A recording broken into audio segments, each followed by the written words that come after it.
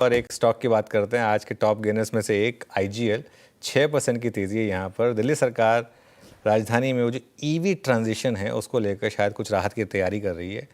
ध्यान रखिएगा, आपको जब पहली बार ये ईवी पॉलिसी की सुगबुगाहट हुई थी तब गैस स्टॉक्स काफ़ी भागे थे क्योंकि उनको भी एक काफ़ी स्ट्रिक्ट टाइमलाइन दी गई थी कन्वर्ट करने के लिए। लेकिन अब शायद इसमें थोड़ी ढील दी जाए। इस पर साथ ही एक ब्रोकरेज रिपोर्ट भी आई है। सिटी ने एक अपडेट निकाली है इस पर।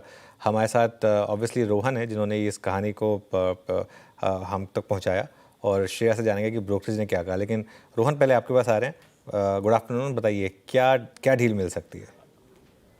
जी गुड आफ्टरनून। और ये 2023 में पॉलिसी आई थी दिल्ली कैब एग्रीगेटर एंड जो डिलीवरी सर्विसेज पॉलिसी है वो 2024 से लागू हुई थी, और एक टाइमलाइन दिया गया था ईवी ट्रांजिशन का। हर वो फ्लीट ओनर जिसके पास 25 से ज़्यादा गाड़ियां हैं उन्हें एक टाइमलाइन में अपनी फ्लीट को ईवी में कन्वर्ट करना था। आमतौर पे जो 2 व्हीलर या 3 व्हीलर के लिए 2 साल में 50% करना था, और जो 4 व्हीलर है उन्हें 3 साल में 50% करना था। 2030 तक सभी को 100% इलेक्ट्रिफिकेशन का टारगेट दिया गया था। पिछले कुछ समय से बहुत सारे जो ओला, उबर या फिर जो जोमेटो, स्विगी जैसे जो प्लेटफॉर्म्स हैं उनके रिप्रेजेंटेशन दिल्ली सरकार के पास आए। उनका कहना था कि उनके लिए ये स्ट्रिक्ट टाइमलाइन को मीट करना पॉसिबल नहीं है। बहुत सारे लोगों का रोजगार प्रभावित हो सकता है, अभी कीमतें प्रभावित हो सकती हैं। तो अब सरकार जो है इस पूरी पॉलिसी को रिवाइज करने का मन बना रही है, और जो सूत्र हमें बता रहे हैं कि रिलैक्स टाइमलाइन दिया जा सकता है।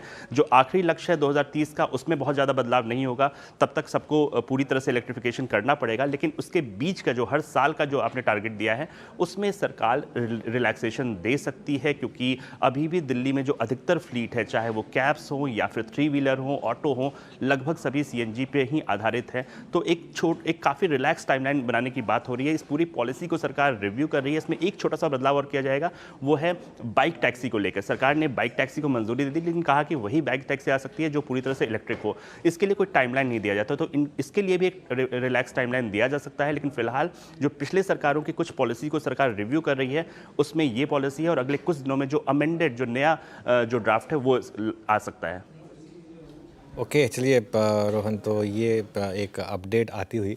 अब आज सुबह सिटी ने भी इस पर एक रिपोर्ट निकाली और एक पॉजिटिव व्यू लिया इस पर।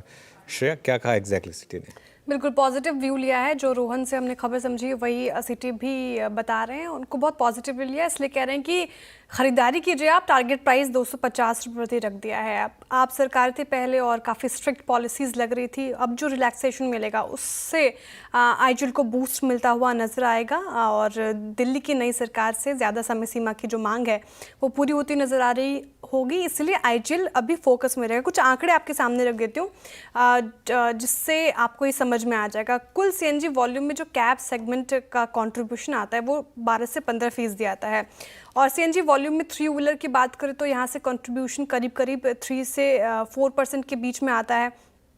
इसके अलावा दिल्ली डीटीसी बसों का इलेक्ट्रिफिकेशन भी लगभग पूरा हो जाएगा, ऐसा सिटी कह रहे हैं। और डीटीसी बस का सीएनजी वॉल्यूम जो है वो घटकर 2% रह जाएगा। जो कुछ साल पहले अगर आंकड़े बताऊं तो सीएनजी वॉल्यूम 7 से 8% था डीटी बसों की तरफ से। तो जो नई पॉलिसी आएगी वो थोड़ी इजी होगी, और सरकार इसको लेकर काफ़ी अग्रसर है। तो सिटी ने इसको काफ़ी पॉजिटिव लिया है, इसलिए खरीदारी की राय और 250 का टारगेट प्राइस। डे हाई पर इस समय आईजीएल। शिल्पा जी, आईजीएल क्या व्यू रहेगा स्टॉक पर?